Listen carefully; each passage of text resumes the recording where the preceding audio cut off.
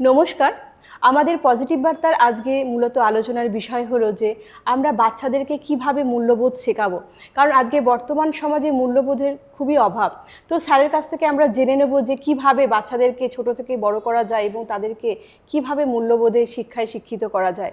তো আমাদের মধ্যে উপস্থিত আছেন আমাদের বিশেষ অতিথি টিঙ্কু রঞ্জন দাস মহাশয়। তো ওনার সাথে আমরা পরিচয় করে নেব ও আলাপ আলোচনা করে নেব। তো আপনারা চোখ রাখুন আমাদের পজিটিভ বার্তার ফেসবুক লাইভ এবং ত্রিপুরা নলেজ সিটি পেজে ও আমাদের ইউটিউব চ্যানেলে। তো স্যারের সাথে পরিচয় করে নেব। স্যার নমস্কার। নমস্কার। তো আমাদের পজিটিভ বার্তা এসে আপনার কেমন লাগছে? প্রথমত এটাই বলতে ভাল লাগে যে নামটাই পজিটিভ বার্তা। হ্যাঁ স্যার। অর্থাৎ এখান থেকে যা কিছু দেওয়া হবে সবটাই পজিটিভ হবে, এটাই ধরে নেওয়া যায়। সুতরাং পজিটিভ বার্তার যখন আমি ডাক পেয়েছি আমার তো খুবই ভালো লেগেছে। যদিও আমি আগেও আরেকবার এসেছিলাম, কিন্তু পজিটিভ বার্তার প্রতি আমার একটা দুর্বলতা আছেই, কারণ আমি সবগুলো প্রোগ্রাম সবটা না দেখলেও চেষ্টা করি যে পজিটিভ বার্তাকে ফলো করতে।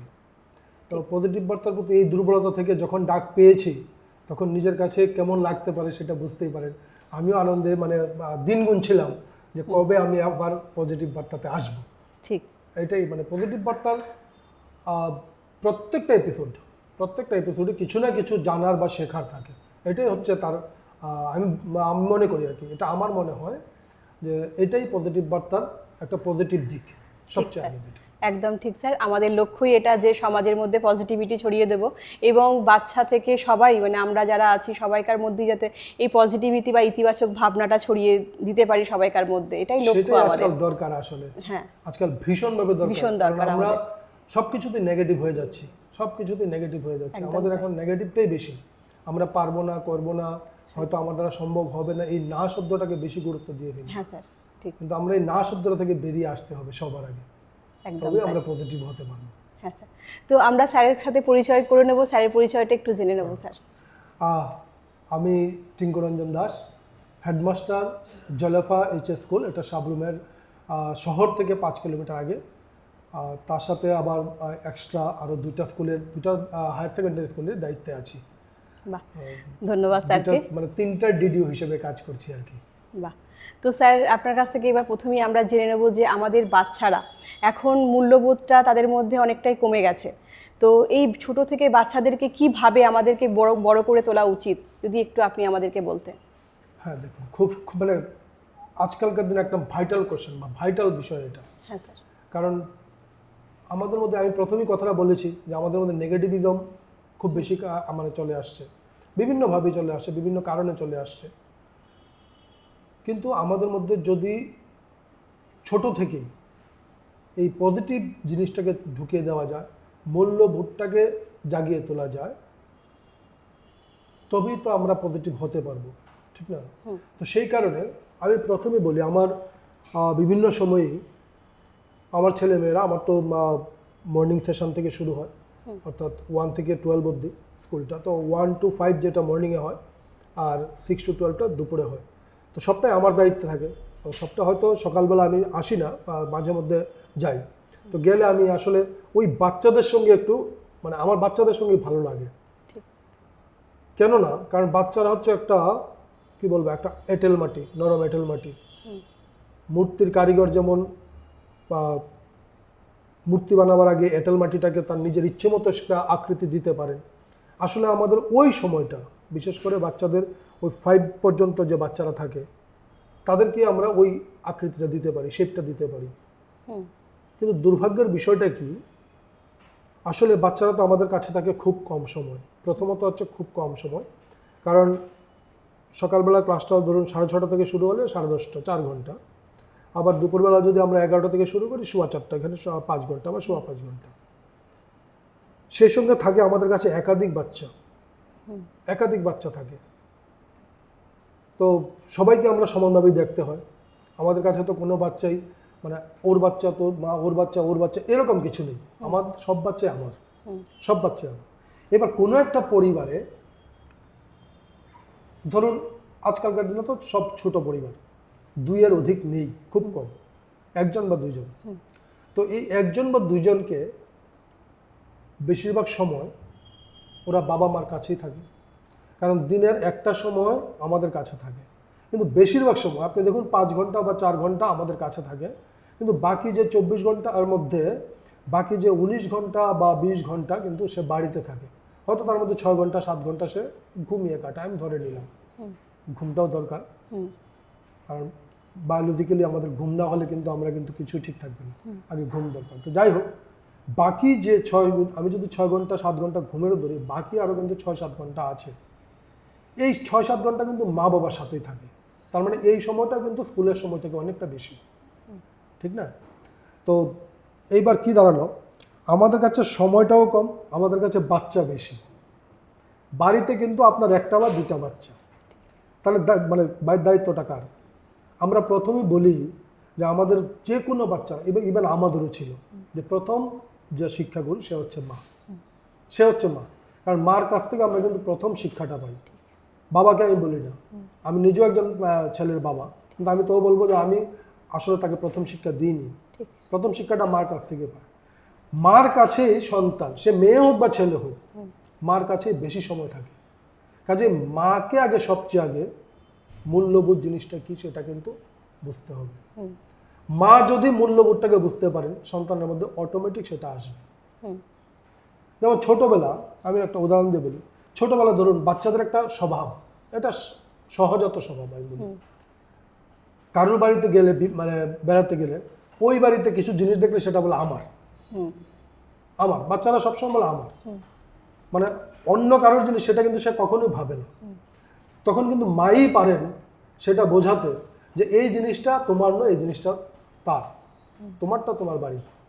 তাহলে এখানে একটা শিক্ষা। এমনভাবে প্রতিটা পদক্ষেপে, কারণ মার সাথে যতটা বেশি সন্তান থাকে, অন্য কারোর সাথে সন্তান এতটা সময় থাকে না। কাজে মাকে সবচেয়ে আগে মূল্যবোধটা বুঝতে হবে। একদম তাই। তাহলে মা যদি মূল্যবোধ জিনিসটা বুঝতে পারেন, সন্তানের মধ্যে কখনোই খারাপ জিনিস আসবে না, আসতে পারে না। এটা আমার মতে, আমি বিশ্বাস করি জিনিসটাকে। ঠিক, একদম ঠিক। যে কারণে আমি প্রত্যেকটা নারী যারা মানে কোনো না কোনোভাবে সবসময়, মানে প্রত্যেকটা নারী কিছু না কিছু তার মধ্যে সবসময় পজিটিভ দিক আছে, প্রত্যেকটা নারীর মধ্যে আছে। সুতরাং নারী পারে মানে সমাজটাকে সুন্দরভাবে গড়ে তুলতে। একদম তাই। আমি ওই কারণে নারীদেরকে শ্রদ্ধা করি আগে। ধন্যবাদ স্যার আপনাকে। ভুবন একটু অফ করবে। স্যার, এরপর আপনার কাছ থেকে জেনে নেব যে বিদ্যালয় পরিচালনা করতে কি কি চ্যালেঞ্জের মুখোমুখি হতে হয়। দেখুন, আমি এইখানেও কিন্তু পজিটিভ থাকতে চাই। আমি কোনো সময় চ্যালেঞ্জটাকে আমি পজিটিভলি নিই, সবসময় চ্যালেঞ্জটাকে আমি অ্যাকসেপ্ট করি। কারণ চ্যালেঞ্জ আপনাকে যে মানে যার মুখোমুখি করবে, এতে আপনি যদি ফেলও হন, বিবেকানন্দ বলেছিলেন যে ফেল হলেও শিক্ষা হয়। ঠিক আছে না? তো আমি যদি চ্যালেঞ্জ তো থাকবেই, জীবনের প্রত্যেকটা পদক্ষেপ আপনার চ্যালেঞ্জ। আপনি ধরুন বাড়ি থেকে আসছেন, আপনি কি চ্যালেঞ্জের মুখোমুখি হয়ে আসছেন না? যে কোনো সময় আপনি রিক্সায় উঠেছেন, রিক্সাটা কিছু একটা হতে পারে, গাড়ি উঠেছেন, গাড়ি একটা কিছু হতে পারে। চ্যালেঞ্জ কিন্তু আমরা প্রত্যেকটা মুহূর্তে আমরা চ্যালেঞ্জের সামনে। তো বিদ্যালয় চালাতে গিয়ে চ্যালেঞ্জ হবে না সেটা তো ভাবা যায় না। চ্যালেঞ্জ আসে, বিভিন্ন রকম চ্যালেঞ্জ আসে। সেটা কারণ একটা বিদ্যালয় চালাতে গেলে আমরা সর্বপ্রথম সমাজটার মধ্যে যারা আছে প্রত্যেকের, একদম আমার স্কুলের মানে প্রত্যেকটা ইট থেকে শুরু করে একদম গার্জিয়ান লেভেল, সে এলাকাবাসী, প্রত্যেকের সাথে তো আমাদের যোগাযোগ রাখতে হয়। কারণ আমার স্কুলে বেঞ্চ কয়টা, এটা আমার কাছে বড় চ্যালেঞ্জ। আমার ছাত্র যদি বেশি হয়ে যায় তাহলে ছাত্রদেরকে বসার জায়গা দিতে পারবো না, এটা আমার কাছে একটা চ্যালেঞ্জ। এই এখন প্রচণ্ড গরম, ফ্যান যদি না ঘুরে ছাত্ররা ঠিকভাবে পড়াশোনা করবে না, কষ্ট পাবে। তো এটা আমার কাছে চ্যালেঞ্জ। এবার ভালো করে যদি স্কুলে যদি পড়াশোনা না করাই, আমি একটু যদি বৃহত্তর অর্থে যাই, না করালে গার্জিয়ান বলবে এই স্কুলে পড়াশোনা হয় না। তবে একটা কথা বলে রাখি, আমার কিন্তু এটা আমার মানে আত্মপ্রচার আমি বলি না, আত্মপ্রচার বলছি না, আমি উদ্বুদ্ধ করার জন্য কথাটা বলছি। আমি যে স্কুলে যাই সেখানে ছাত্র অন্য স্কুল থেকে চলে আসে, জানি না কেন, কিসের মোহে। কারণ আমি চেষ্টা করি যে ছাত্ররা, আমি মাঝে মধ্যেই মানে আমি ধরুন ঘুরতে বেরোই, আমি কারোর বাড়িতে যাই না, কোনো ছাত্রের বাড়িতে খুব কম যাই, কিন্তু ছাত্রের বাড়িটার ঠিক লোকেশনটা আমি জেনে নিই। ঘুরতে বেরোই, আমি সকালবেলা ঘুরতে বেরোই, আমি লোকেশনটা জেনে আসি। কেন না, কারণ আমি আমার স্কুলে এসে আমার টিচারদেরকে বলি একটা ছেলে বা একটা মেয়ে এত দূর থেকে এসেছে, তাহলে তাকে যদি আমরা যদি কিছু না দিই সে কেন আসবে বলুন। এবং সত্য কথা বলতে কি আমার প্রত্যেকটা স্কুলে আমি এখন পর্যন্ত প্রায় 8টা স্কুলে চাকরি করেছি, একদম নর্থ টু সাউথ, মানে ত্রিপুরা রাজ্যের নর্থেও চাকরি করেছি, আমি সাউথও করছি। মোটামুটি সব ডিস্ট্রিক্টই আমার 2-1টা ডিস্ট্রিক্ট বাদ দিলে দেখা হয়ে গেছে। যাই হোক, এই জন্য বলছি না, বলছি এই কারণে, কারণ বিভিন্ন অঞ্চলে বিভিন্ন রকম চ্যালেঞ্জ থাকে। চ্যালেঞ্জগুলো কিন্তু অঞ্চল, পরিবেশ, পরিস্থিতির উপর ভিত্তি করেই তৈরি হয়। সুতরাং চ্যালেঞ্জটা কি আসবে আমরা কিন্তু কিছুই জানি না, হঠাৎ করে তো মুখোমুখি হতে হয়। অ্যাকর্ডিংলি আমি পজিটিভ থেকেই চেষ্টা করি যাতে যেভাবে হোক চ্যালেঞ্জটাকে আমি চ্যালেঞ্জ হিসেবেই নেব, এটাকে আমার করতেই হবে, কি আছে এটা শেষটা দেখতে হবে। হ্যাঁ, এই ক্ষেত্রে আমার শিক্ষক শিক্ষিকার আমি প্রত্যেকটা স্কুলে, আমি যে কথাটা বলতেছিলাম, আমার প্রত্যেকটা স্কুলে আমি খুব ভালো শিক্ষক শিক্ষিকা পেয়েছি বা পাই, যারা মানে আমাকে আটকাতে দেয় না। আমি বলি আমাকে আটকাতে দেয় না ওরা, মানে এইরকম আমার, মানে আমি শিক্ষক শিক্ষিকাদের প্রতি সবসময়, ইভেন আমার ছাত্ররাও মানে কখনোই এরকম করে না যে আমাকে খুব একটা মেজর কিছু একটা করতে হচ্ছে। দেখা গেল খুব সামান্য কথাবার্তাতেই অনেক ক্ষেত্রে এরকম হয়েছে আমার ছাত্রদের সঙ্গে, কিন্তু ছাত্রদের সঙ্গে কথাবার্তা বলে আদর করে তাদেরকে কিন্তু সেই চ্যালেঞ্জ মানে এত সুন্দরভাবে ওরা নেয়, আমার ভালো লাগে, তখনই ভালো লাগে। আসলে আমরা বলি, অনেকেই হয়তো বা বলেন যে ছাত্রদেরকে মারতে হয়, নাহলে না মারলে শিখে না। কিছু কিছু ক্ষেত্রে আমি বলি না, আমি একেবারে 100% সেটা বলবো না, কিন্তু আমি বিশ্বাস করি যে আসলে আমরা যদি ছাত্রদের কাছে যেতে পারি, ছাত্রদের সঙ্গে মিশতে পারি, ছাত্রদের মনের ব্যথাটা কোথায়, ছাত্রদের দুঃখটা কোথায়, ছাত্রদের ডিমেরিটসটা কী, যদি আমরা সেটাকে ফিল করতে পারি, যেটা আমরা স্টাডি করতে পারি, আমার বোধ হয় না মারতে হয়, আমার বোধ হয় না মারতে হয়। হ্যাঁ, ভয় তো অবশ্যই দেখাবো, ঠাকুর রামকৃষ্ণ বলেছিলেন তোমাকে কামড় দিতে বলিনি, ফুঁস করতে তো বারণ করিনি, তাহলে আমরা ফুঁস অবশ্যই করবো। কিন্তু আমাদেরকে এখন তো আমাদের নয়া শিক্ষানীতিতে অনেকগুলো চেঞ্জ এসে গেছে, অনেকগুলো পরিবর্তন এসে গেছে, সিলেবাসের পরিবর্তন হয়ে গেছে, পড়াশোনার ধাঁচ পরিবর্তন হয়ে গেছে।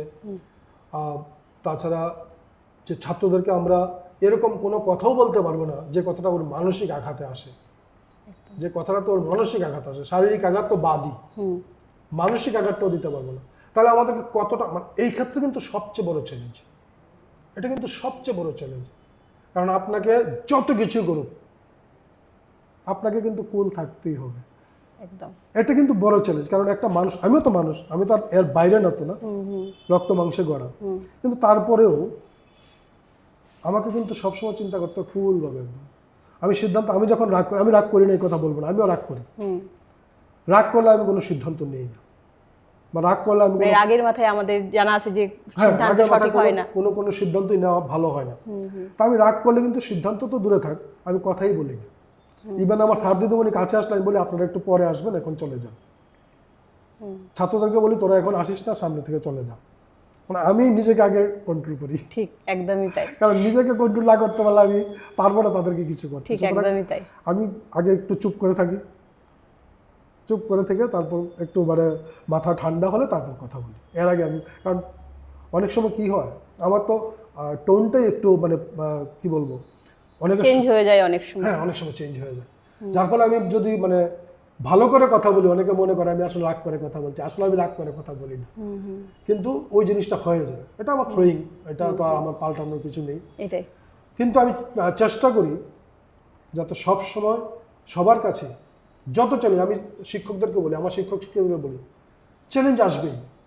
আমার শিক্ষকরা যখন এসে বলে স্যার অমুক ক্লাসে তো স্যার ওই ছেলেটা খুব দুষ্ট, ওই ছেলেটা কোনো পড়াশোনা জানে না বা পড়াশোনা পড়তে পারে না, আমি তাদেরকে বলি আগে আপনি ওর স্টেজে যান, আগে আপনি ওর বয়সটাতে যান। দুষ্টামি আপনিও করেছেন, আমিও করেছি, আমি কি দুষ্টামি ছাড়া, বিবেকানন্দও দুষ্টুমি করেছেন, ঘর থেকে জিনিস ছুঁড়ে ফেলে দিতেন, করেননি? করেছেন। তাহলে দুষ্টুমি না ওটা? আরে ওই বয়সে দুপুরবেলা গাছে উঠেছিলেন, দুষ্টামি করেছেন, ওই বয়সে দুষ্টামি তো করবে, এটাই তো স্বাভাবিক প্রবৃত্তি, বাচ্চাদের প্রবৃত্তি, এটা করবে, সহজাত প্রবৃত্তি।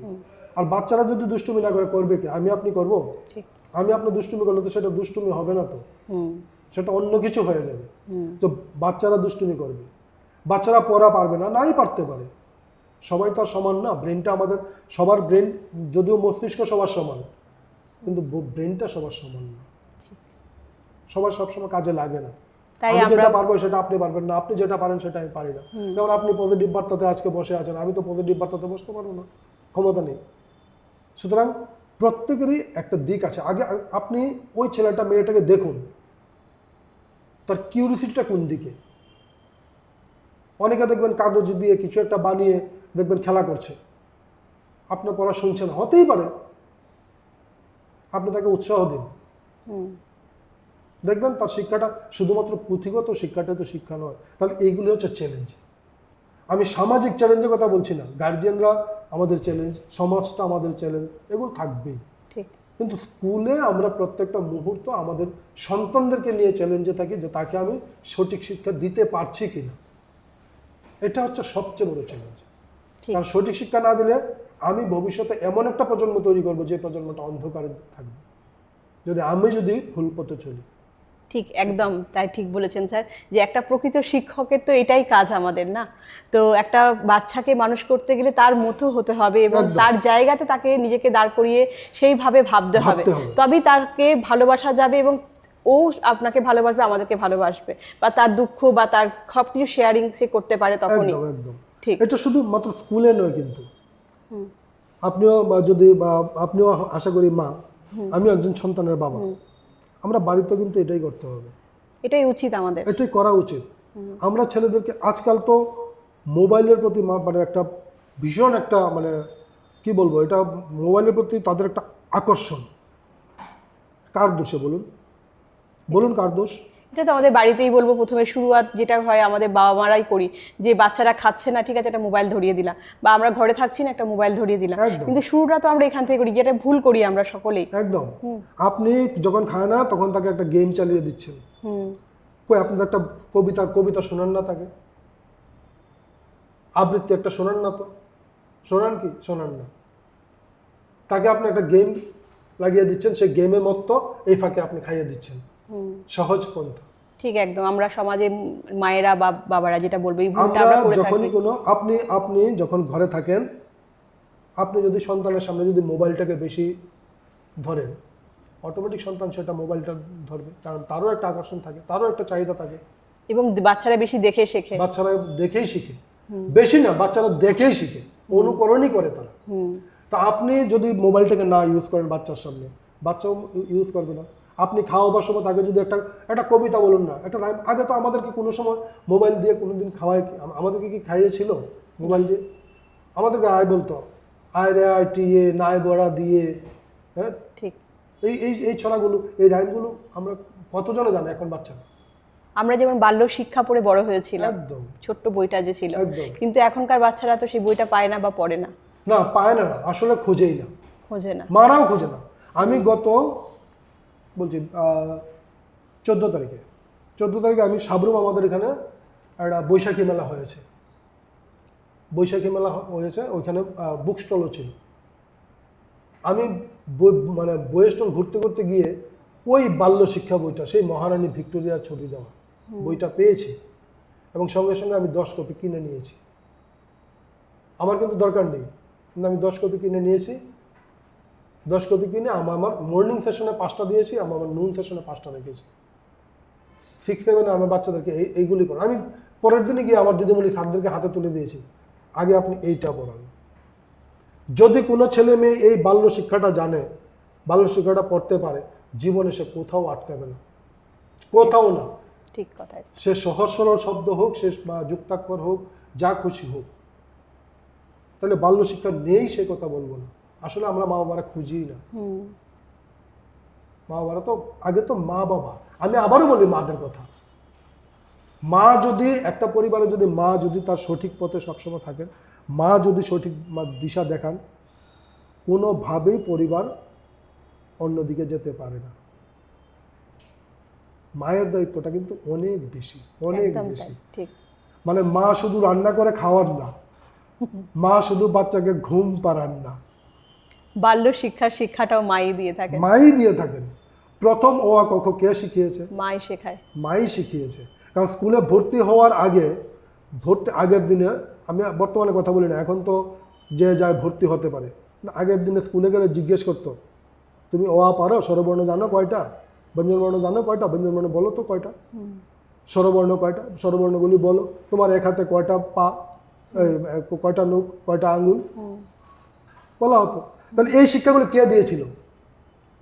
এগুলো তো ঘরের থেকে মাই প্রথমে দেয়। নিশ্চয়ই শিক্ষক শিক্ষা দেয়নি, স্কুল শিক্ষা দেয়নি, এটা মা শিক্ষা দিয়েছিল।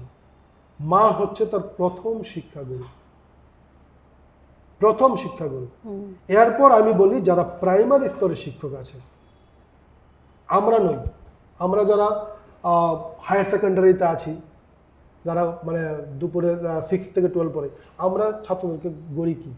আমরা তো জাস্ট কি বলবো, ধরুন মূর্তির মুখটা বানিয়েছে, এবার মুখটাকে জাস্ট প্লেন করা, তার মানে একটু গ্লেজ দেওয়া, এটা কাজটা আমরা করি। কিন্তু মুখটা কিন্তু তৈরি করেছে কে? প্রথম যে মানে ওই প্রাইমারি সেকশন। কারণ প্রাইমারি সেকশনে যে সমস্ত শিক্ষক শিক্ষিকারা আছেন, ভাবুন তাদের কথা। আপনি একটা ছেলে মেয়েকে সামলাতে পারেন না, তারা কিন্তু 20টা ছেলে মেয়েকে, 40টা ছেলে মেয়েকে সামলাচ্ছে তো।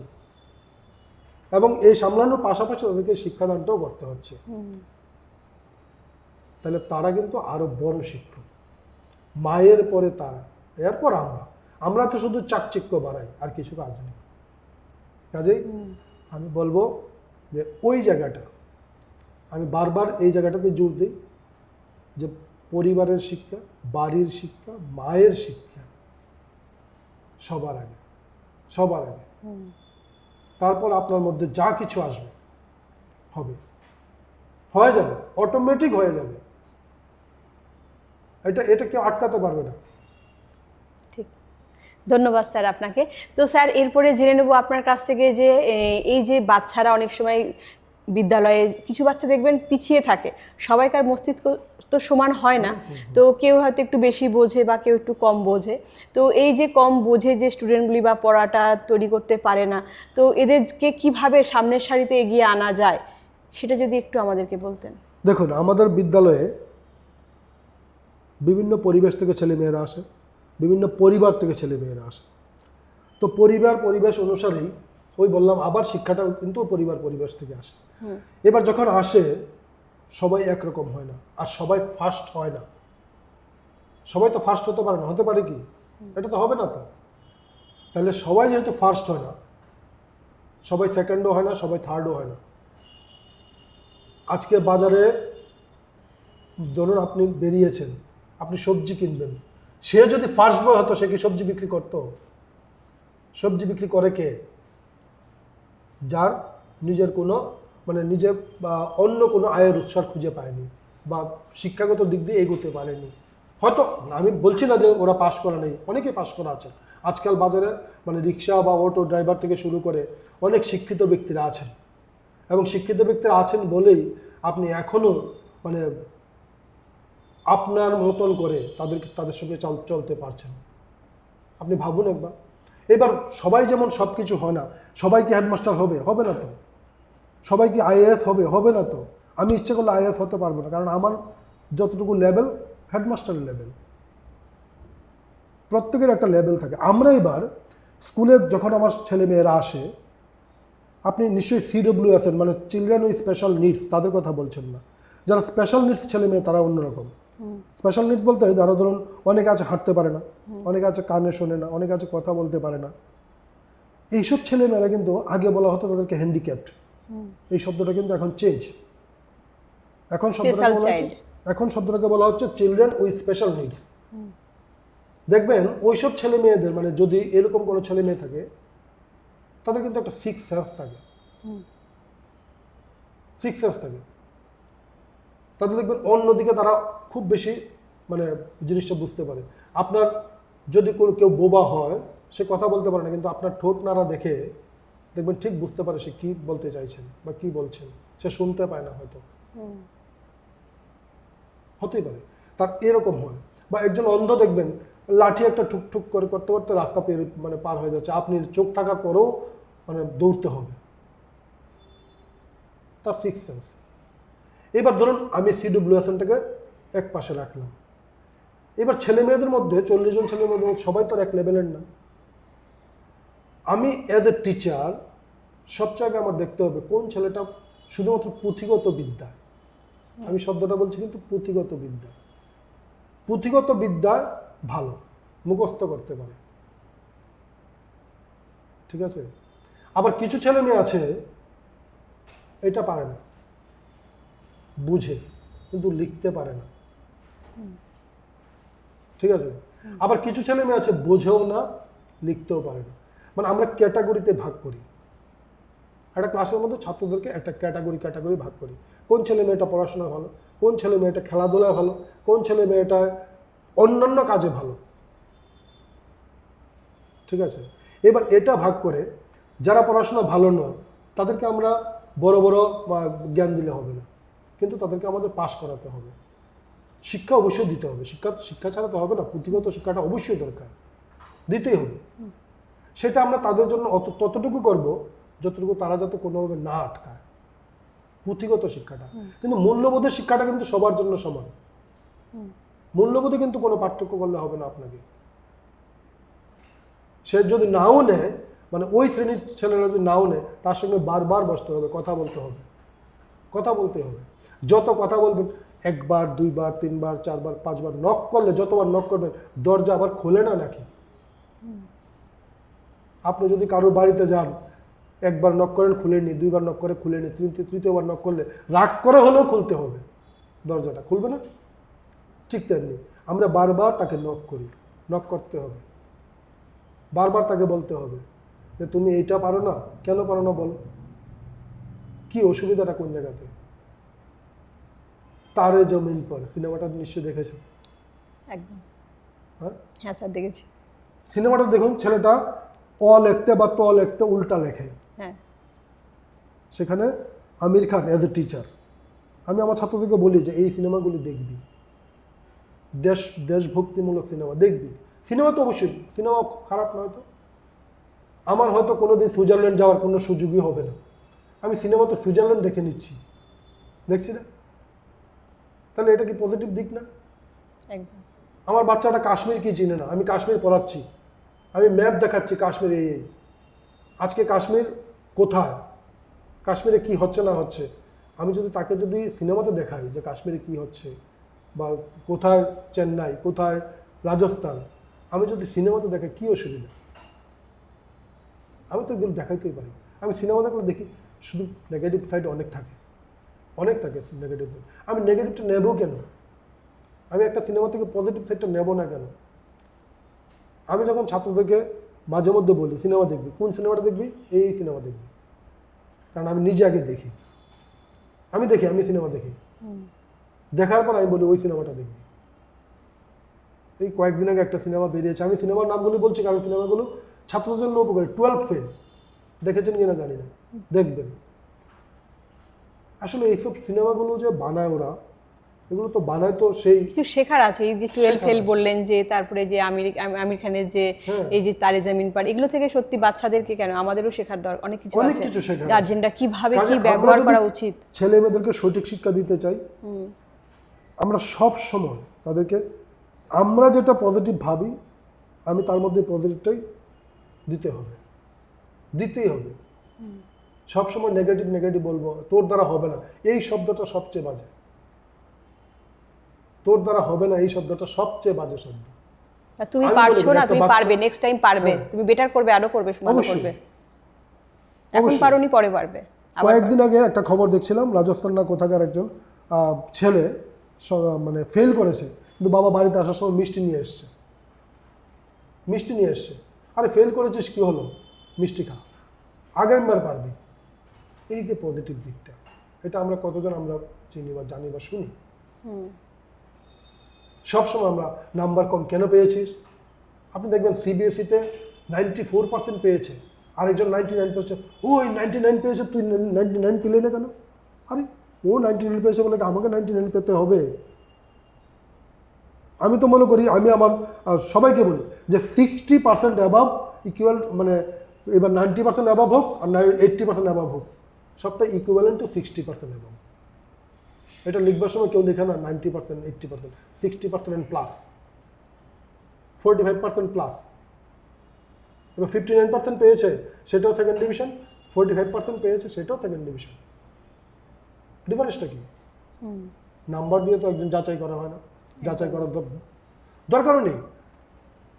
সবাই শুধু নাম্বার পেলেই কি মানে সব কিছু হয়ে যায়? নাম্বার পেয়েও অনেকের অনেক কিছু হয় না। কারণ আমি বলি না সবাই এরকম, কিন্তু দেখা গেল একটা ছেলে পড়াশোনাতে খুব ভালো, কিন্তু খেলে না, কোনোদিন মাঠে নামে না, ফুটবল কি জানে না, কাবাডি কি জানে না, গোল্লা ছুট আজকাল অনেকেই জানে না, গোল্লা ছুট কি, বৌমাছি কি জানে না, তো অনেক ছেলে মেয়েরা জানে না। আমি বলি এইসব খেলা খেল, 16 গুটি, বাচ্চারা জানে না, মোবাইলে গেম জানে, কিন্তু 16 গুটিটা জানে না।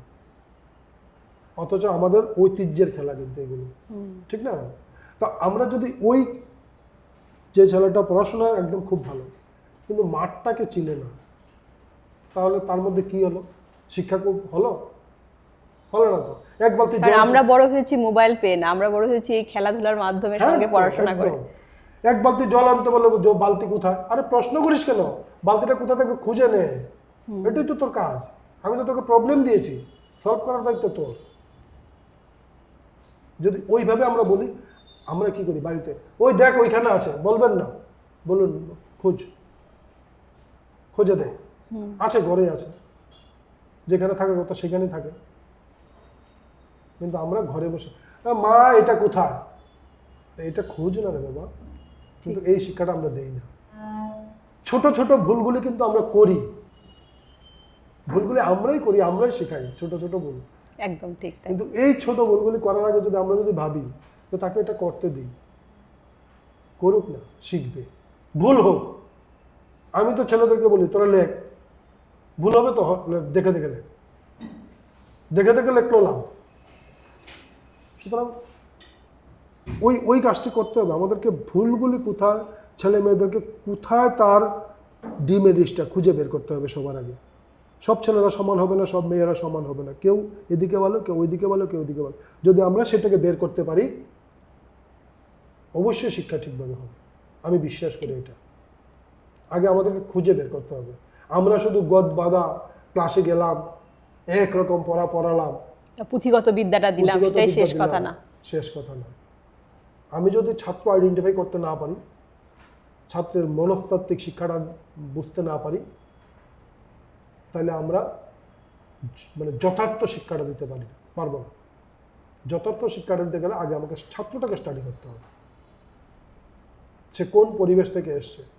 অনেক পরিবার আছে যে পরিবার ফার্স্ট লার্নার, বাচ্চাটাই ফার্স্ট লার্নার, মা বাবা পড়াশোনা জানে না, হয়তো অন্য কোনো কাজ করে, ইভেন মা পড়া কি সেটাও জানে না, মানে পড়া নিতেও পারে না, তুলতে পারে না। আমি বলি, আমাদের প্যারেন্টসরা মিটিং হয়, আমি আমার মাদেরকে বলি, বাবাদেরকে বলি যে আপনি পড়াশোনা নাই জানতে পারেন, কিন্তু আপনি যদি তার পাশে বসে থাকেন, সে তো অন্তত মোবাইলটা নিয়ে খেলবে না, সে তো অন্তত অন্য কারোর সাথে গল্প করবে না, সে তো অন্য কিছু করতে পারবে না।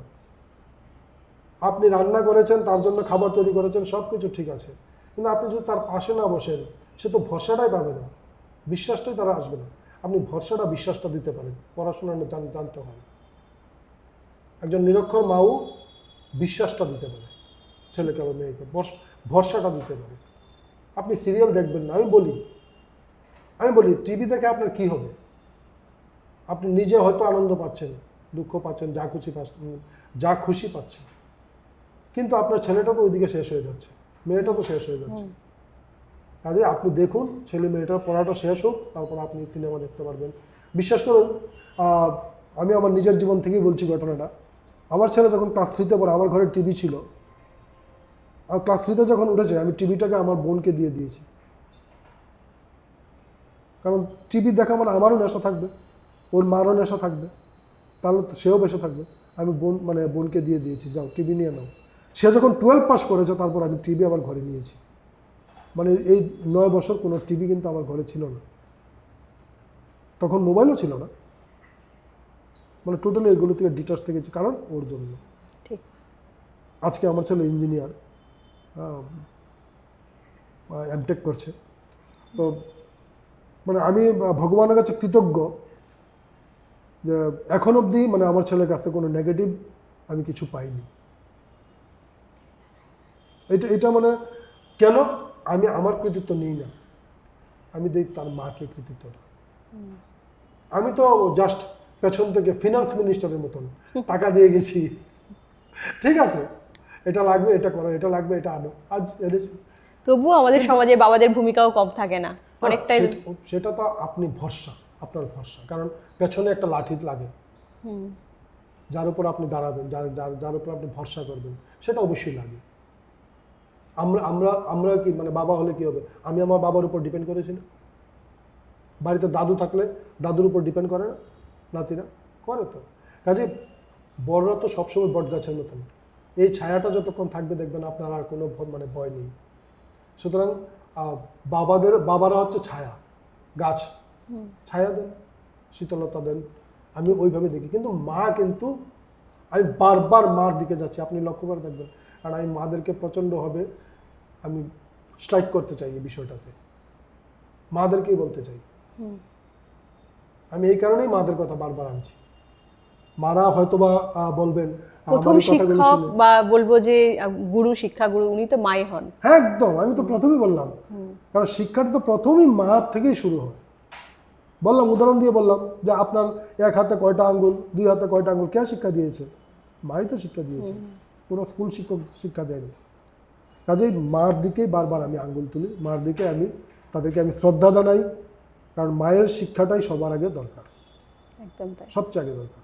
মা যদি শিক্ষিত হন, মা যদি, আমি শিক্ষিত বলতে পড়াশোনা শিক্ষিত কথা বলছি না, কিন্তু নিরক্ষরও শিক্ষিত আছে, নিরক্ষররাও শিক্ষিত, তাদের অন্যদিকে শিক্ষা আছে, পরিবেশটাকে মতন করে চলছেন তো, নিজের মতন করে চলছেন তো, এটা তো তাদের শিক্ষা। হয়তো পারে পুঁথিগত শিক্ষা নেই, ডিগ্রি নেই, ঠিক না? কাজে পুঁথিগত বিদ্যা বা ডিগ্রিটাই সব শিক্ষা নয়। শিক্ষাটা আমাদের বিভিন্ন দিক থেকে হয়।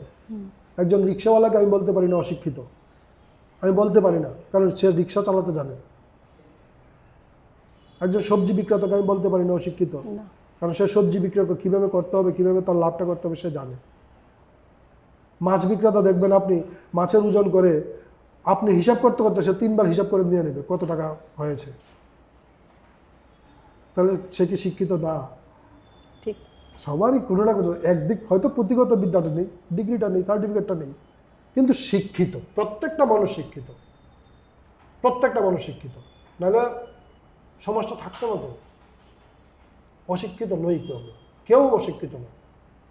আমরা যদি কেউ বলে থাকি যে অশিক্ষিত, এই শব্দটাকে আমি বলি অশিক্ষিত শব্দটাই অশিক্ষিত, অশিক্ষিত শব্দটাই অশিক্ষিত, সোজা কথা বলি, কারণ এমন কেউ নেই অশিক্ষিত। ধন্যবাদ স্যারকে, খুব সুন্দর আমাদের আলোচনা চলছে, এবং আলোচনা কেমন লাগছে আপনাদের অবশ্যই কমেন্ট করে জানাবেন। তো এরপর স্যারের কাছে স্যার নিজে শুধু শিক্ষকতা লাইফে শুধু মানে সবাইরে মানে বাচ্চাদেরকে যে ছাত্রদের গড়ে তুলছে তাই নয়, উনি এর পাশাপাশি কবিতা লেখেন। হ্যাঁ, তো আমরা শুনে নেব স্যারের কাছ থেকে একটা কবিতা। আচ্ছা, কবিতা, হ্যাঁ কবিতা লিখি, অনেকদিন ধরেই কবিতার জগতে আছি। এই ইতিমধ্যে আমার 6টি বইও কাব্যগ্রন্থ প্রকাশিত হয়ে গেছে। যাই হোক, কবিতা শোনাচ্ছি, জাস্ট একটা ছোট্ট কবিতা শোনাচ্ছি, এবং কবিতাটা আমার এই কথাগুলির প্রেক্ষিতেই এবার মাকে না বলে বাবাকে বলছি। কবিতাটাকে বলেছি, নাম দিয়েছি চাহিদা, খুব ছোট্ট কবিতা, মাত্র 5 লাইন বা 6 লাইন, বেশি বড় না। কোনোদিন জানতে চেয়েছো বাবার নিডস কি? বাবাদের কোনো চাহিদা নেই, তারা শুধু জানতে চায় সন্তানটা মানুষ হলো কিনা। আর এটা চাইতে গিয়েই সব কিছু হারিয়ে বাবারা নিঃস্ব হয়ে যান। কবিতাটা এতটুকুই। আমি বলতে চেয়েছি, দেখুন আমি আপনার কথা অনুসারে বলছি যে আপনি বলেছেন বাবাদেরও একটা ভূমিকা আছে, ওই ভূমিকাটাই জাস্ট। বাবা দূর থেকে শুধু চান যাতে আমার সন্তানটা যাতে মানুষ হয়, সরাসরি কিন্তু ওনার কোনো কিছু না, কিন্তু বাবার একটা নিডস আছে, চাহিদা আছে। বাবার কেউ আমরা চাহিদা ছাড়া না। আমরা বলি, আমি আরেকটাও কবিতা পড়ব, কারণ আমরা বলি যে আমরা সবাই স্বার্থহীন বা স্বার্থহীন হতে চাই, আমি এই কথাটা বলি না। স্বার্থ নেই কার, মায়েরও একটা স্বার্থ আছে। আমার কথাটা শুনতে খারাপ লাগবে আপনার, মায়েরও একটা স্বার্থ আছে, বাবাদেরও একটা স্বার্থ আছে। সন্তানকে মানুষ করি, কেন মানুষ করছি? কেন মানুষ করছি বলুন? যে বাচ্চাটা বড় হয়ে সে আমাদেরকে দেখবে। এই স্বার্থটা আসছেন কিনা? একদম তাই। এখানে স্বার্থটা আছে কিনা বলুন? ঠিক। কারণ আপনি আগেই ভেবে নিয়েছেন আমাকে তাকে এমনভাবে মানুষ করতে হবে, শিক্ষা দিতে হবে যাতে সে বড় হয়ে আমাকে দেখে, আমার বৃদ্ধাবস্থায় যাতে সে আমাকে যত্ন করে। তাহলে এটাই তো আপনার স্বার্থ। একদম তাই। তাহলে মা কোথায় স্বার্থহীন? আমরা কেউই স্বার্থহীন ভাবে সমাজে নেই। কেউ নেই, কেউ নেই। সবারই আপনি যে কাজটা করছেন পেছনে একটা কিছু না কিছু লক্ষ্য আছে, ওই লক্ষ্যটাই তো স্বার্থ, ওই উদ্দেশ্যটাই তো আপনার স্বার্থ, এই উদ্দেশ্যটা পৌঁছাটাই তো আপনার স্বার্থ। তাহলে স্বার্থহীন কেউ নেই, ঠিক কিনা? একদম ঠিক স্যার। তো ইতিমধ্যে আপনি এরকম স্বরচিত কবিতা তো আপনি অনেক লিখেছেন, এরকম কতগুলি বই আপনি এরকমভাবে লিখেছেন? আমার ইতিমধ্যে এখানে আছে 6টা বই। ছায়াপথের পথিক, আশা করি ছায়াপথের পথিক, ভ্রান্ত পথের পথিক, বিজন পথের পথিক,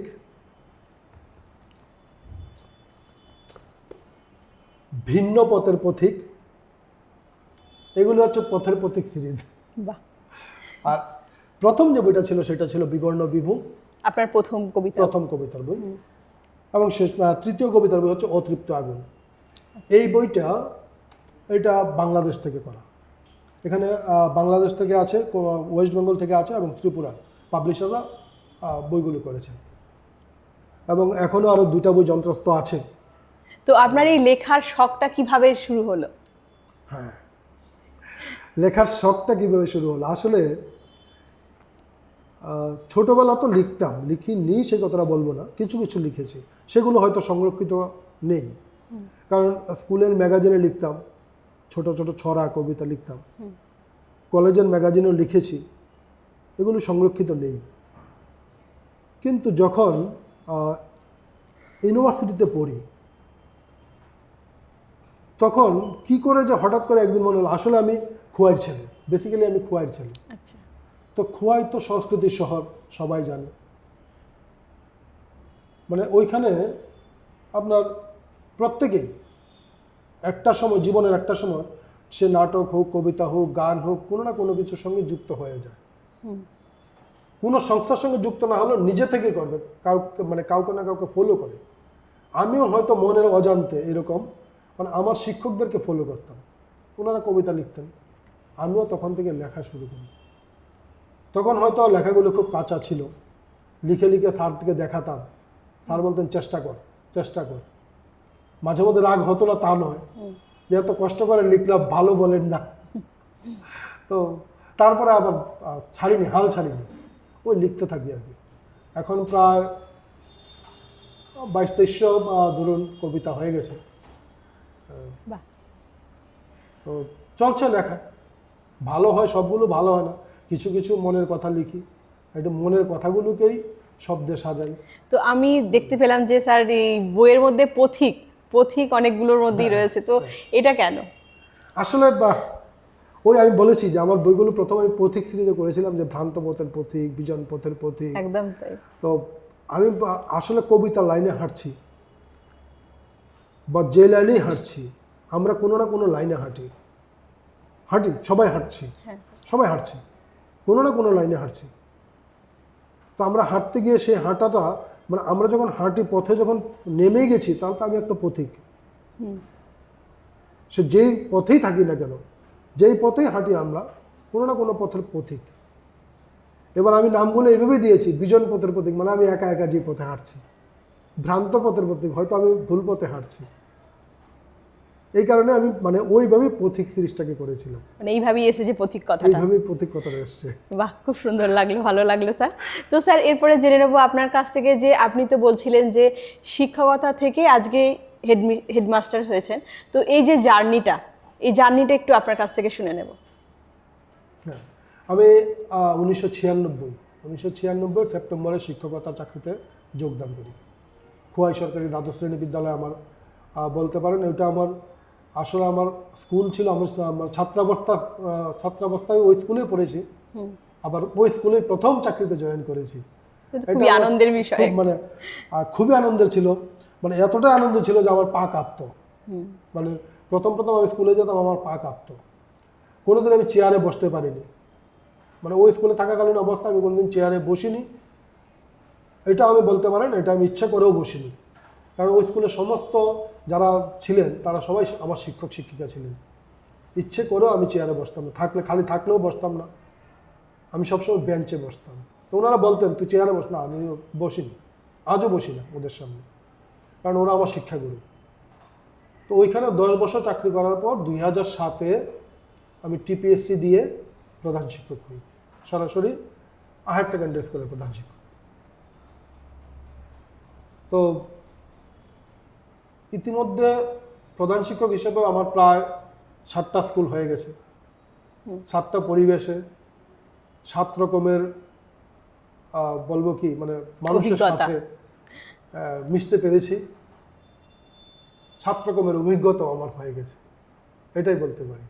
এখন অভিজ্ঞতা যদি বলেন যে কীরকম, তাহলে আমাকে ধরে বলতে হবে যে এখানে এরকম, এখানে ওই রকম, এখানে এরকম, এক এক জায়গায় এক এক রকম, পরিবেশের উপর নির্ভর করে, পরিবেশের উপর, পরিস্থিতির উপর, ওই যে বললেন যে চ্যালেঞ্জের উপর, অভিজ্ঞতাটা হয় চ্যালেঞ্জের উপর। কোন দিকে প্রথম দিকে যখন প্রধান শিক্ষক হয়েছে অনেক বেশি চ্যালেঞ্জ ছিল, জানি না কিছু জানতাম না। আমার যিনি প্রধান শিক্ষক ছিলেন আমি ফোন করতাম, স্যার এই কাজটা হচ্ছে কি করবো, এটা কি করবো, বা সিগনেচারটা কোথায় করবো, কিভাবে করবো, জিজ্ঞেস করতাম। হ্যাঁ, সবসময় আমি ওই জিনিসটাকে আমি খুব বেশি মান্যতা দিই। আমিও সব কাজ জানি না, আমি এখনো আজকে প্রায় 29 বছর চাকরি জীবন, এর মধ্যে 19 বছর হেডমাস্টার। এখনো যারা আমার সিনিয়র হেডমাস্টার ফোন করি, দাদা এইরকম একটা প্রবলেম এসছে, এই প্রবলেমটা কিভাবে আমি সলভ করবো। ধরুন গত কয়েকদিন আগেই একটা এরকম একটা প্রবলেম এনেছে আমার ক্লারিক্যাল স্টাফ, ও জিজ্ঞেস করছে স্যার এটা কী করবে, আমি নিজেও কনফিউজড, আমি কি করব, আমি জানি না বিষয়টা। তো আমি একজনকে ফোন করলাম, আমার পুরনো স্কুলের ক্লার্ককে, উনি বললেন একরকম কথা, আমার কথাটা মনে হলো যে না একটু বোধ হয় কোথাও ভুল হচ্ছে আমাদের। আমি আরেকজন ক্লার্ককে ফোন করলাম, উনি বললেন ঠিক মানে আমি যেটা ভাবছি এই কথা না। এবার 2 রকম কথা পেয়ে গেলাম। এবার আমি এটাকে কনফার্ম করবো কি করে, একদম সিনিয়র মোস্ট যিনি এখন বর্তমানে রিটায়ারমেন্টে গেছেন, আমি ওনাকে ফোন করলাম যে এই বিষয় এরকম, বলছে যে দ্বিতীয় যেটা সেটাই ঠিক। তারপর আমি কনফার্মেশনটা দিয়ে দিলাম। তাহলে আমি কিন্তু সব জানিয়ে কথা বলি না, সবসময় বলি যে আমরা সবসময় শিখি, যেটা ঠাকুর রামকৃষ্ণ বলতেন, যতদিন বাঁচি ততদিন শিখি। একদম ঠিক কথা। কারণ এরকম অনেক প্রবলেম, অনেক চ্যালেঞ্জ, ওই যে বললেন চ্যালেঞ্জ আসে, যেগুলো আমাদের 29 বছরের চাকরি জীবনেও পাইনি, হঠাৎ চলে আসে। তখন আমি চেষ্টা করি তথ্য কালেকশন করতে, চেষ্টা করি যদি এমন কোনো কিছু না থাকে বই পড়ি, গুগল দেখি, কারণ গুগলও একদম সবসময় সত্য কথা বলে। আমি আমার ছাত্রদেরকে বলি গুগল সবসময় সত্য কথা বলে না। বাংলা কেউ যদি গুগলে বাংলা করেন দেখবেন বাংলা উল্টাপাল্টা বাংলা আসছে, দোষ নেই কারণ এটা ইন্টারন্যাশনাল। তো সবসময় যে গুগলও একদম সত্য কথা বলে এটাও কিন্তু মানি না। দেখবেন কাজী নজরুলের জন্মদিন, আমি পরীক্ষা করে দেখবেন কাজী নজরুলের জন্মদিনটা কততে লেখা আছে গুগলে, বা বি আর আম্বেদকরের জন্মসাল কবে লেখা আছে, দেখবেন গুগলে একরকম আছে, আপনি জানেন আর একরকম। আপনি শিওর হবেন কোত্থেকে, তখন আপনাকে পড়তেই হবে, ঠিক কয়েকটা বই পড়তে হবে, কয়েকটা বই পড়েই আপনাকে সিদ্ধান্ত নিতে হবে। তখন আমি পড়ি, যখনই কোনো সমস্যার সম্মুখীন হই প্রথমে আমি চেষ্টা করি যে কারোর সাথে কথা বলে সেটাকে নেই, ভার্চুয়ালি নেই। তারপরেও যদি কনফিউশন থাকে যে আরও পড়াশোনা করি, পড়তে সিদ্ধান্ত না আমি একটু পরে নিই। আমার কিছু বিষয় তৎক্ষণাৎ সিদ্ধান্ত নিতে হয় তো নিয়ে নিই, সেটাও আমার আমি পারি। আমি চেষ্টা করি যে যদি তৎক্ষণাৎ সিদ্ধান্ত নিতে হয়। এবং হ্যাঁ, এটা কিন্তু আমি যা নিয়েছি, এবার যা হবার হবে, ভুল হলে মাপ চেয়ে নেবো, ক্ষমা চেয়ে নেবো। খুব ভালো স্যার, ধন্যবাদ স্যার আপনাকে আবারও। স্যার এরপরে আমরা আবারও একটি কবিতা আপনার শুনে নেব, স্বরচিত কবিতা। স্বরচিত শুনবেন? তাহলে একটা প্রেমের কবিতা পড়ি। ঠিক আছে স্যার।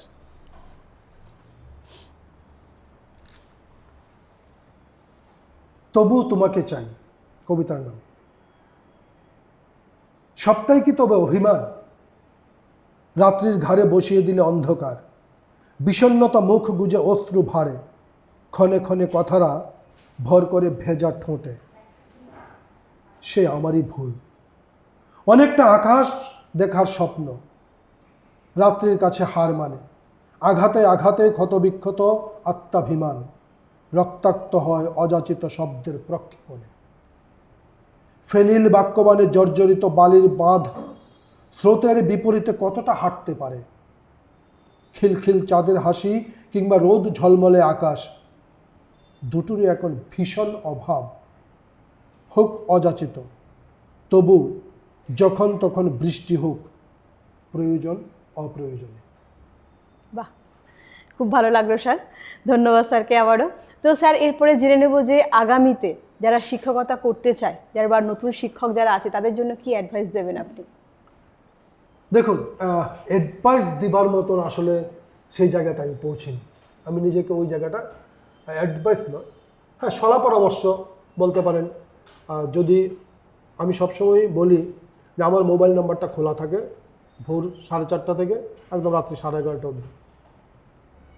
যদি কারোর কোনো প্রয়োজন হয় আমি আমার ছাত্রদেরকে বলি, অভিভাবকদের বলি, যারা আমার প্যারেন্টসরা আছেন তাদেরকে বলি, যারা আমাদের কমিটিতে আছেন সবাইকে আমি বলে রাখি যে আমার এই মোবাইল নাম্বার 4:30 থেকে 11:30 অবধি খোলা। যখনই কোনো প্রয়োজন হবে অবশ্যই ফোন করবেন, আসতে হবে এমন কোনো কথা নেই। আর আমার ঘরের দরজার পর্দা নেই, আমি পর্দা রাখি না, কারণ আপনি আসার সময় ওই পর্দা ঠেলে আমি আছি কি না এসব দেখার দরকার নেই, আপনি সরাসরি দেখে চলে আসুন, কোনো সমস্যা নেই, আমার কাছে আসতে অত বাধা নেই, সবসময় বলি। তো আগামী দিন যারা শিক্ষকতা আসবেন আমি তাদেরকে এতটুকুই বলবো যে সবার আগে মানে স্কুলে ঢুকলে, যদি চাকরিতে প্রথম ঢুকে প্রথমেই গিয়ে, মানে অনেক শিক্ষক শিক্ষিকা আছেন, আমি পেয়েছি এরকম, সেই জন্য বলছি যে স্কুলে একটা জিনিস চলছে, এটা ওনার হয়তো ভালো লাগে না, উনি গিয়ে প্রথমে বললেন এটা না, এইরকম না, এরকম না, ওই রকম করলে ভালো হবে না, এইটা করবেন না, এইটা করবেন না। প্রথমে আপনি দেখুন, কারণ স্কুলটা একটা নির্দিষ্ট নিয়মে চলছে। আমি প্রধান শিক্ষক হিসেবে যতগুলো স্কুলে গেছি, আমি আমার অভিজ্ঞতা থেকেই বলি, কারণ সব প্রধান শিক্ষকেরই একটা ধাঁচ থাকে, একটা সিস্টেম থাকে, একটা পদ্ধতি থাকে স্কুল পরিচালনার ক্ষেত্রে। সবার ক্ষেত্রে সেটা ভিন্ন, সবার ক্ষেত্রে সেটা ভিন্ন। তা আমাকে প্রথমে যদি গিয়ে বলে স্যার অমুকে এরকম করতেন, ঠিক আছে অমুকে এরকম করতো, তো এবার আমি এরকম করি, দেখুন তো, যদি ভুল হয় আমরা আবার পুরনো পথে ফিরে যাব, নো প্রবলেম। কিন্তু এভাবে করা যায় কাজটা। আবার অনেক ক্ষেত্রে দেখা যায়, আমি সবসময় আমি আমারটা দেওয়ার আগে আমি কিন্তু আগে 15 দিন বা 1 মাস ওয়াচ করি, দেখি যে স্কুলটা কীভাবে চলছিল। কারণ শিক্ষক শিক্ষিকা বা ছাত্রছাত্রীরা ঠিক তাদেরকে স্টাডি করলে ঠিক বোঝা যায় যে স্কুলটা কীভাবে রান করছিল। এরপর আপনি আপনার যদি কোনো সিদ্ধান্ত থাকে, যদি কোনো মত থাকে, সেটাকে আপনি প্রয়োগ করুন। কিন্তু সবার আগে আপনি যদি স্টাডি না করেন, নিজেরটাকে প্রয়োগ করতে চান, সেটা ভুল হতেই পারে, দ্বন্দ্ব চলে আসবে, একটা ফিকশন হবে। তো প্রথমে যদি আপনি ফিকশন তৈরি করেন, আপনার চলার পথ সুগম হবে না, তো সুগম হবে না। কাজে এই জায়গাতে আপনাকে স্টাডি করতে হবে। যারা প্রথমেই চাকরিতে ঢুকবেন তারা প্রথমে আগে স্টাডি করবেন।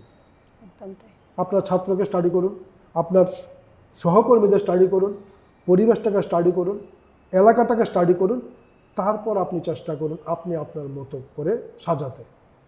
এটা হচ্ছে প্রথম কথা, এটা হচ্ছে প্রথম কথা। দ্বিতীয় কথা, ছাত্রদেরকে ছাত্রদের মতো করে ভাববেন, ছাত্র হয়ে ভাববেন। খুব বড় একটা কথা এটা। কারণ ছাত্রদেরকে যদি আমি মাস্টার ডিগ্রি পাস করা, বিএড করা, আমি যদি আমার জ্ঞানটা যদি একজন 6-এর ছাত্রকে দিই, সে নেবে না তো, নেবে কি? নেবে না তো। আমাকে যেতে হবে 6-এর লেভেলে। আমার পড়াশোনাটা ঠিক আছে, আমার শিক্ষাটা ঠিক আছে, কিন্তু এই শিক্ষাটাকে আমি ওইখানে প্রয়োগ করতে পারবো না। তাদের মতো করে, তাদের হয়ে, তাদের সমান হয়ে একদম তাদেরকে শিক্ষাটা দেবে। অর্থাৎ ছাত্রদেরকে ছাত্রদের মতো করে ছাত্র হয়েই শিক্ষা দিতে হবে। আর কোনো ছাত্রকে বলবেন না যে সে খারাপ, কোনো ছাত্রকে বলবেন না। আমি নিজেও বলি, কোনো ছাত্রকে আমি বলি না কোনোদিন সে খারাপ।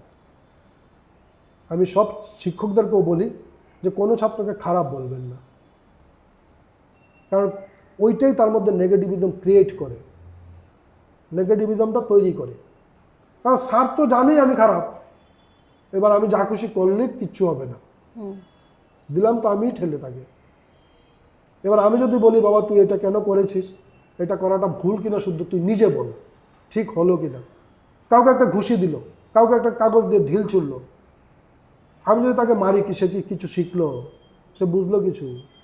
বুঝলো। আমি যদি বলি যে তুই যে ঢিলটা ছুড়লি এতে তার কি হলো, এবার তুই ভাব, এবার তোর উপর একটা ঢিল পড়লে কি হবে। বা গাছের পাতাটা ছিঁড়লি, তোর যদি আঙুলটাকে একটু মুছতে দিই কীরকম লাগবে? গাছের পাতাটা, গাছটাও তো একটা জীব, তাহলে গাছটার কীরকম লাগতে পারে? সে শব্দ করতে পারে না বলে তার পাতাটা ছিঁড়ে ফেলবি, একবার হলেও ভাববে। তাহলে আপনি ওইভাবে তাকে শিক্ষাটা দিতে হবে। যদি দিতে পারেন, আমি মনে করি শিক্ষক সবচেয়ে আগে, শিক্ষার্থীরা হচ্ছে তার বিচারক। স্টুডেন্টস আর দ্য বেস্ট জাজ অফ এ টিচার। একজন স্টুডেন্টই বলতে পারে শিক্ষকটা ভালো কি খারাপ। এটা আমিও বলেছি, আপনিও বলেছেন। আপনি আপনার ছাত্রাবস্থায় যান, ফিরে যান, দেখুন আপনি বলেছেন না ওই স্যারের পড়া ভালো লাগে না, চল একটু ঘুরি। আমরা বলেছি এরকম, বলিনি এরকম না। বা ক্লাসে বসে থাকলে ওই স্যার পড়াচ্ছেন আর আমি এদিকে খেলছি বা ঢিলাঢিলি করছি, ছোড়াছুড়ি করছি, কারণ ওই স্যারা বা ওই দিদিমণি মিশতে পারেননি ছাত্রের সঙ্গে, আমার সাথে মিশতে পারেননি। আমি যদি মিশে যাই তার সাথে, সে কখনো এটা কষ্ট করতে পারবে না। মিশতে হবে, ছাত্রদের সঙ্গে মিশতে হবে, তাকে বুঝতে হবে। যদি সেটা পারেন, অবশ্যই আপনি একজন সাকসেসফুল টিচার হতে পারবেন, আমি মনে করি সেটা।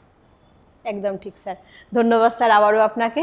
তো আমরা অনুষ্ঠানের একেবারেই শেষ পর্যায়ে চলে এসেছি, তো স্যারের কাছে আমরা আরও একটি কবিতা শুনে নেব স্যার। আচ্ছা, কি শোনাই? আচ্ছা, এবার একটা জীবনবোধের কবিতা পড়ি। হ্যাঁ, ঠিক আছে স্যার। আমার কবিতাগুলো মূলত প্রত্যেকটা কবিতাতে একটা মেসেজ দেওয়ার চেষ্টা করি। প্রেমের কবিতা হলে প্রেমের কবিতা তো একটা মেসেজ থাকবে, কিছু না কিছু একটা থাকে। মূলত আমার অভিজ্ঞতা থেকে বা চেষ্টা করি যাতে কবিতাগুলোতে একটা মেসেজ অন্তত থাকতে, কী থাকবে সেটা পড়তে পড়তে বুঝবে বা পড়লেই বোঝা যাবে, কিন্তু মেসেজ একটা থাকবেই, সে যাই কিছু হোক না। যাই হোক,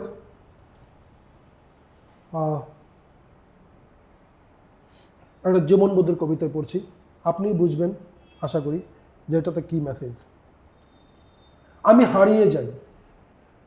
হারিয়ে যাই শৈশবের কলরব কোলাহলে, লুকিয়ে চিমটি কাটার দলে। আমি হারিয়ে যাই শত্রুতাহীন ভিড়ে, ভালো লাগা ভালোবাসার নীড়ে। আমি হারিয়ে যাই আকাশ যেটা ছুঁয়েছে মাটি, দিগন্তের ওই নীল নীলিমায়। আমি হারিয়ে যাই ঝিরি ঝিরি বয়ে চলা দক্ষিণীর অসীমান্তিক সীমানায়। আমি হারিয়ে যাই বিকেলবেলায় একসাথে গোল্লাছুট আর বৌমাছির খেলায়। আমি হারিয়ে যাই পড়ার টেবিলে সাজিয়ে রাখা সারিবদ্ধ বইয়ের মেলায়। আমি হারিয়ে যাই ঠাকুরমার কোলে মাথা রেখে পরীর দেশের গল্প শোনায়।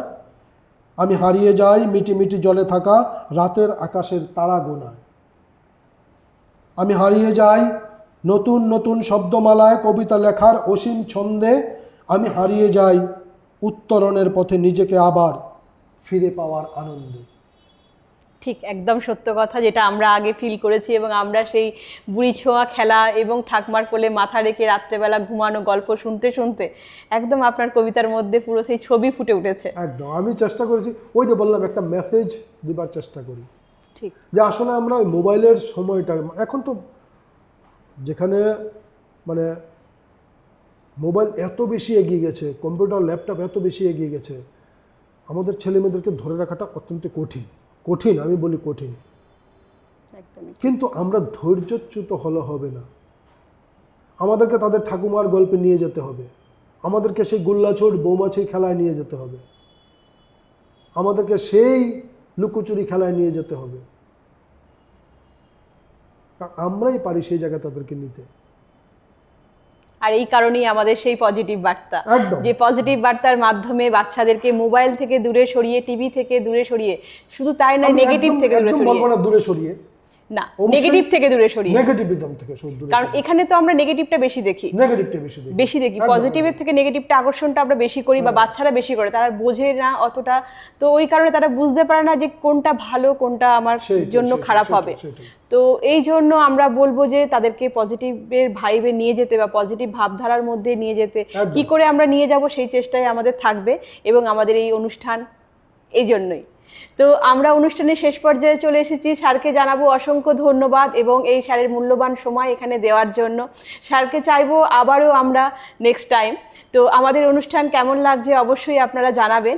তার আগে বলবো যে আমাদের পর্দায় চোখ রাখুন এবং আমাদের পজিটিভ বার্তার সঙ্গে থাকুন এবং পজিটিভ হন এবং পজিটিভ ভাবুন। আজকের মতো এই পর্যন্তই। নমস্কার। নমস্কার সবাইকে।